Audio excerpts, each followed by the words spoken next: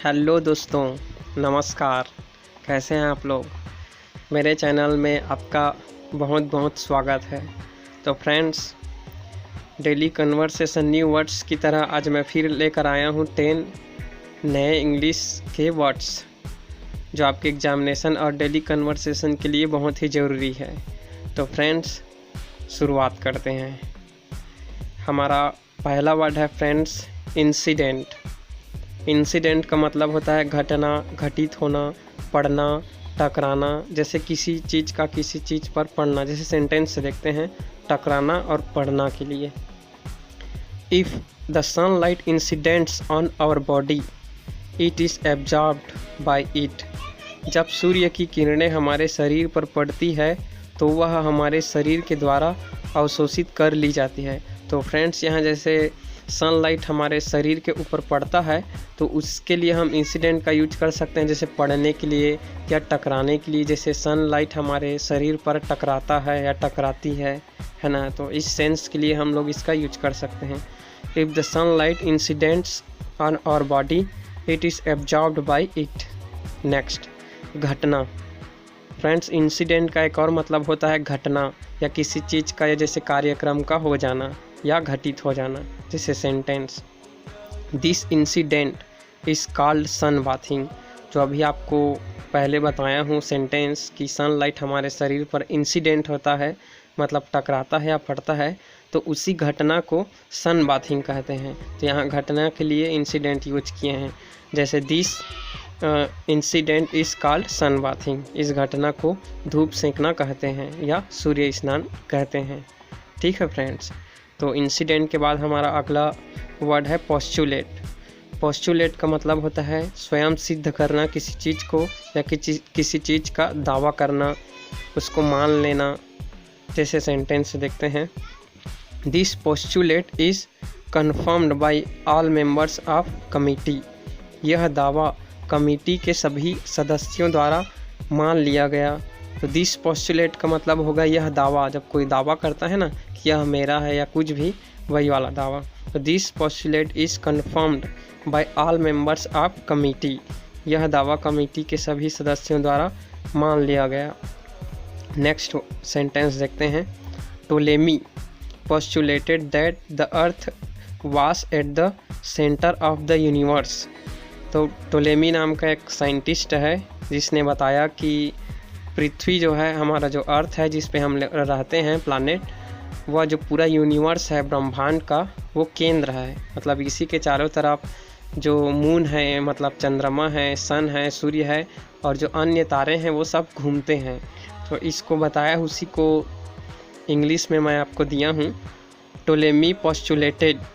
Ptolemy जो है scientist, वो दावा करता है, ये मतलब उसने दावा किया, Ptolemy postulated that the earth was at the centre of the universe. Ptolemy ने दावा किया था कि पृथ्वी ब्रह्मांड के केंद्र में स्थित है। अगला वर्ड देखते हैं फ्रेंड्स, रिवील। रिवील का मतलब होता है बताना, बयां करना, किसी बात को उजागर करना या किसी भी घटना को प्रकट करना।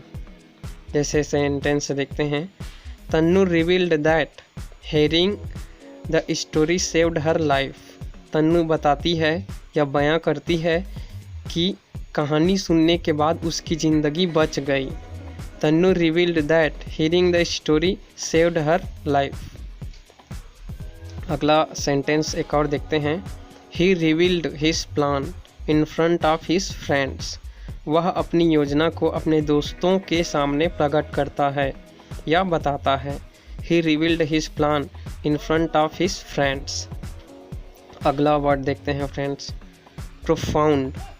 प्रोफाउंड का मतलब होता है गहरा, गंभीर, अत्यंत या समुद्र। किसी भी घटना का जब प्रभाव अत्यधिक होता है या एकदम गहरा होता है, जैसे घाव वाव कभी गहरा होता है, तो उसके लिए प्रोफाउंड वर्ड का यूज करते हैं। जैसे sentence, this brief parable takes little time to read but its impact can be profound. इस छोटी सी कहानी को पढ़ने में न के बराबर समय लगता है, मगर इसका प्रभाव गहरा होता है। दिस ब्रीफ पैरेबल, पैरेबल का मतलब होता है फ्रेंड्स कहानी। This brief parable takes little time to read but its impact can be profound. तो इसका मतलब ये छोटी सी कहानी को पढ़ने में बहुत ही कम समय लगता है, ना के बराबर, मगर इसका प्रभाव क्या होता है, प्रोफाउंड होता है, मतलब गंभीर होता है। एक और सेंटेंस देखते हैं प्रोफाउंड से related. It seems little work but its effect is profound. यह काम बहुत छोटा दिखाई पड़ता है मगर इसका असर गहरा है। It seems little work but its effect is profound. इसका असर बहुत ही गहरा है। अगला वर्ड देखते हैं फ्रेंड्स। हमारा अगला वर्ड है 5वां, स्टिमुलेट। स्टिमुलेट का मतलब होता है किसी को उत्साहित करना, उत्तेजित करना, प्रोत्साहित करना, उकसाना। जैसे एक सेंटेंस देखते हैं, as he hurray stimulated players to play well. एक से है, से मतलब कहावत होता है। हिप हुर्रे वो क्या करता है, स्टिमुलेट्स वो प्रोत्साहित कर देता है, प्लेयर्स टू प्ले वेल खिलाड़ियों को अच्छी तरीक़ा से खेलने के लिए उत्साहित कर देता है। एक कहावत हिप हुर्रे खिलाड़ियों को अच्छी तरह खेलने के लिए उत्साहित करता है। As hip hurray stimulates players to play well. एक और सेंटेंस देखते हैं, this movie will stimulate people to grow well. यह फिल्म लोगों को अच्छी तरह से ग्रो करने के लिए प्रोत्साहित करेगी, मतलब मोटिवेट करेगी। जैसे दंगल फिल्म होता है ना, दंगल, इडियट, 3 इडियट, वैसी movie. This movie will stimulate people to grow well. अगला वर्ड देखते हैं फ्रेंड्स, इंस्टिंक्ट।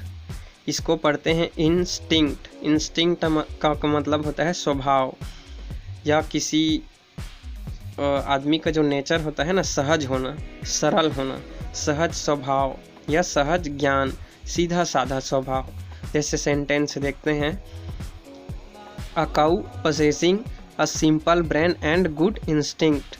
गाय की सामान्य दिमाग और सहज स्वभाव होती है ना। गाय को सीधा साधा या सीधी साधी माना जाता है ना, सारे पशुओं में, एनिमल में। तो इसी के लिए गुड इंस्टिंक्ट का यूज किए हैं। गुड इंस्टिंक्ट का मतलब अच्छा स्वभाव। A cow possessing a simple brain and. एक और सेंटेंस देखते हैं, toppers know instinctively what to do before examination. Toppers को स्वाभाविक रूप से समझ होती है कि परीक्षा के पहले क्या करना है। Toppers know instinctively what to do before examination. अगला वर्ड देखते हैं फ्रेंड्स, क्लिंग। क्लिंग का मतलब होता है चिपकना या चिपक जाना या किसी के साथ लगाव हो जाना। जैसे सेंटेंस देखते हैं, hair of a shaving brush clings together when the brush is removed from water. Shaving brush के बाल आपस में चिपक जाते हैं जब ब्रश को पानी से बाहर निकाला जाता है। Hair of shaving brush clings together when the brush is removed from water. एक और सेंटेंस देखते हैं, whenever he meets any friend he clings. जब भी वह किसी दोस्त से मिलता है, अपने दोस्त से, उससे चिपक जाता है, मतलब उससे लग जाता है बात करने में, है ना, उससे दूर हटता नहीं है या चिपक जाता है।